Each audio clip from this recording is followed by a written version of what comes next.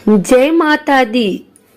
आज शुक्रवार के दिन आइए सुनते हैं माँ अन्नपूर्णा की यह कथा। एक समय की बात है, काशी निवासी धनंजय की पत्नी का नाम सुलक्षणा था। उसे अन्य सब सुख प्राप्त थे, केवल निर्धनता ही उसके दुख का कारण थी। यह दुख उसे हर समय सताता था।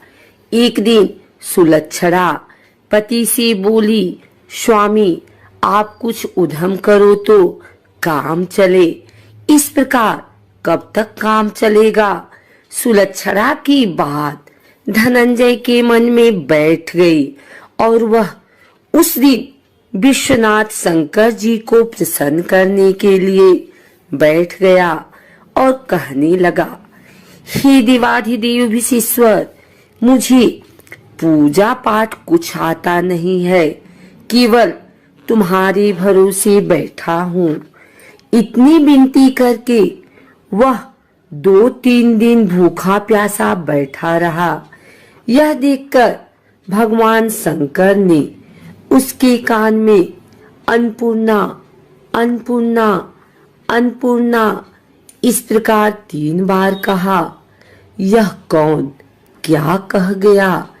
इसी सोच में धनंजय पड़ा रह गया कि मंदिर से आते ब्राह्मणों को देखकर पूछने लगा, पंडित जी अन्नपूर्णा कौन है?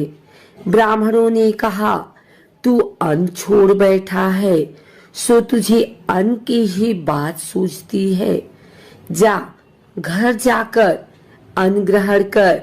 धनंजय घर गया, स्त्री से सारी बात कही।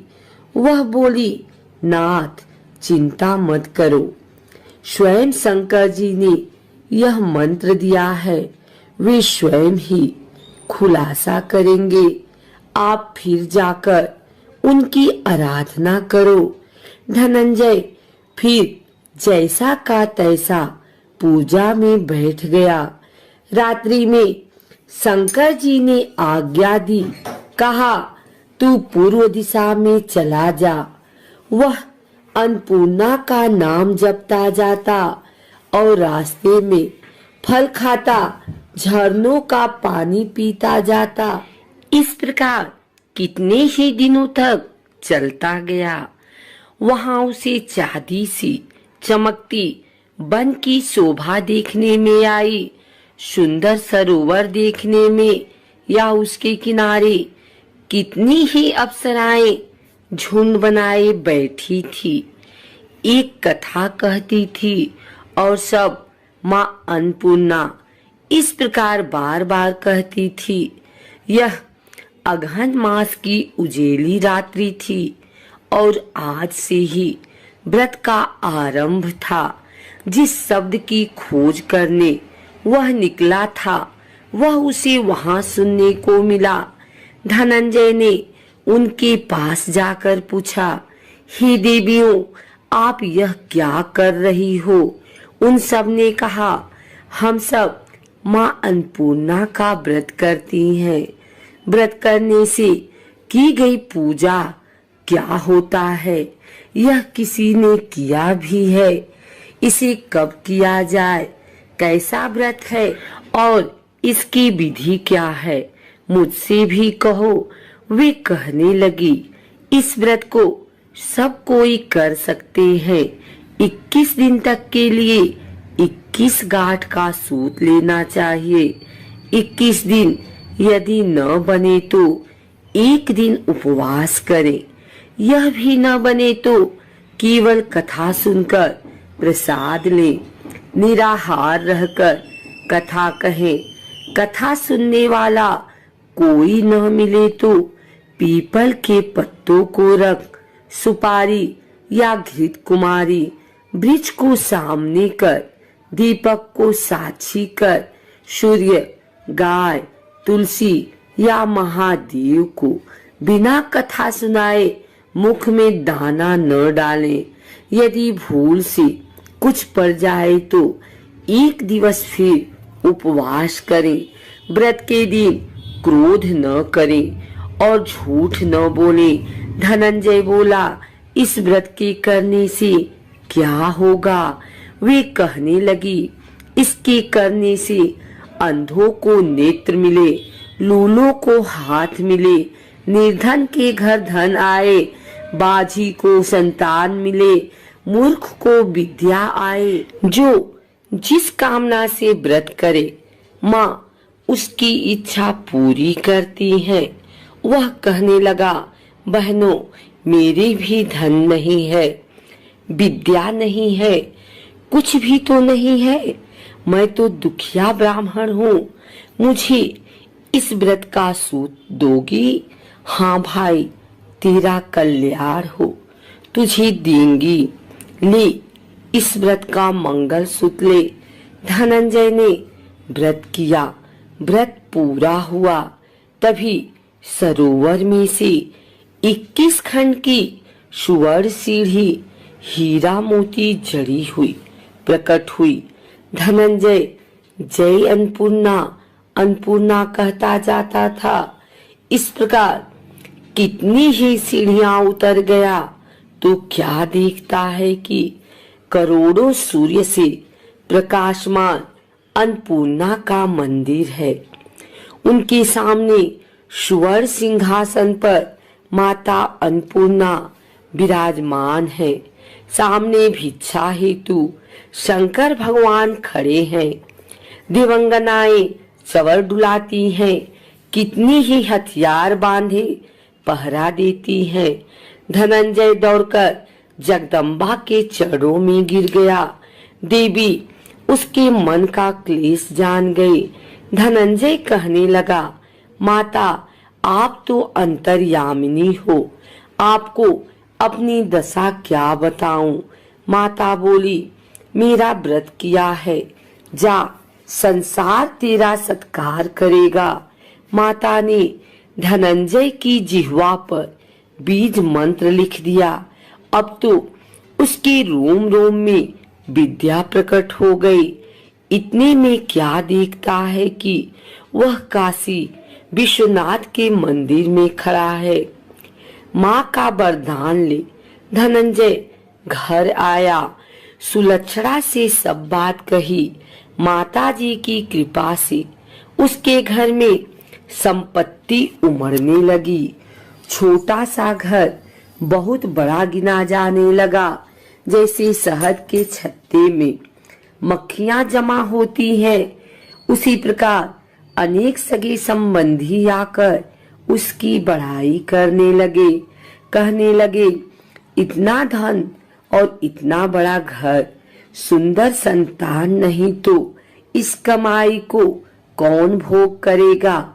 सुलक्षणा से संतान नहीं है, इसलिए तुम दूसरा विवाह करो। अनिच्छा होते हुए भी धनंजय को दूसरा विवाह करना पड़ा और सती सुलक्षणा को सौत का दुख उठाना पड़ा। इस प्रकार दिन बीतते गए। फिर अगहन मास आया। नई बंधन से बंधे पति से सुलक्षणा ने कहलाया कि हम व्रत के प्रभाव से सुखी हुए हैं, इस कारण यह व्रत छोड़ना नहीं चाहिए। यह माताजी का प्रताप है जो हम इतने संपन्न और सुखी हैं। सुलक्षणा की बात सुन धनंजय उसके यहाँ आया और व्रत में बैठ गया। नई बहू को इस व्रत की खबर नहीं थी। वह धनंजय के आने की राह देख रही थी। दिन बीतते गए और व्रत पूर्ण होने में 3 दिवस बाकी थे कि नई बहू को खबर पड़ी। उसके मन में ईर्ष्या की ज्वाला दहक रही थी। सुलक्षणा के घर आ पहुंची और उसने वहां भगदड़ मचा दी। वह धनंजय को अपने साथ ले गई। घर में धनंजय को थोड़ी देर के लिए निद्रा आ गई। इसी समय नई बहू ने उसका व्रत का सूत तोड़कर आग में फेंक दिया।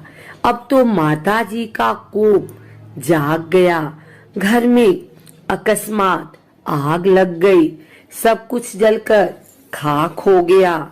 सुलक्षणा जान गई और पति को फिर अपने घर ले आई। नई बहू रूठकर पिता के घर जा बैठी। पति को परमेश्वर मानने वाली सुलक्षणा बोली, नाथ घबराना नहीं, माताजी की कृपा अलौकिक है। पुत्र कुपुत्र हो जाता है पर माता कुमाता नहीं होती। अब आप श्रद्धा और भक्ति से आराधना शुरू करो, वे जरूर हमारा कल्याण करेंगी। धनंजय फिर माता के पीछे पड़ गया। फिर वही सरोवर सीढ़ी प्रकट हुई, उसमें माँ अन्नपूर्णा कहकर वह उतर गया। वहां माता जी के चरणों में रुदन करने लगा। माता प्रसन्न हो बोली, यह मेरी स्वर्ण की मूर्ति ले, उसकी पूजा करना, तू फिर सुखी हो जाएगा। जा, तुझे मेरा आशीर्वाद है। तेरी स्त्री सुलक्षणा ने श्रद्धा से मेरा व्रत किया है, उसे मैंने पुत्र दिया है। धनंजय ने आंखें खोली तो खुद को काशी विश्वनाथ के मंदिर में खड़ा पाया।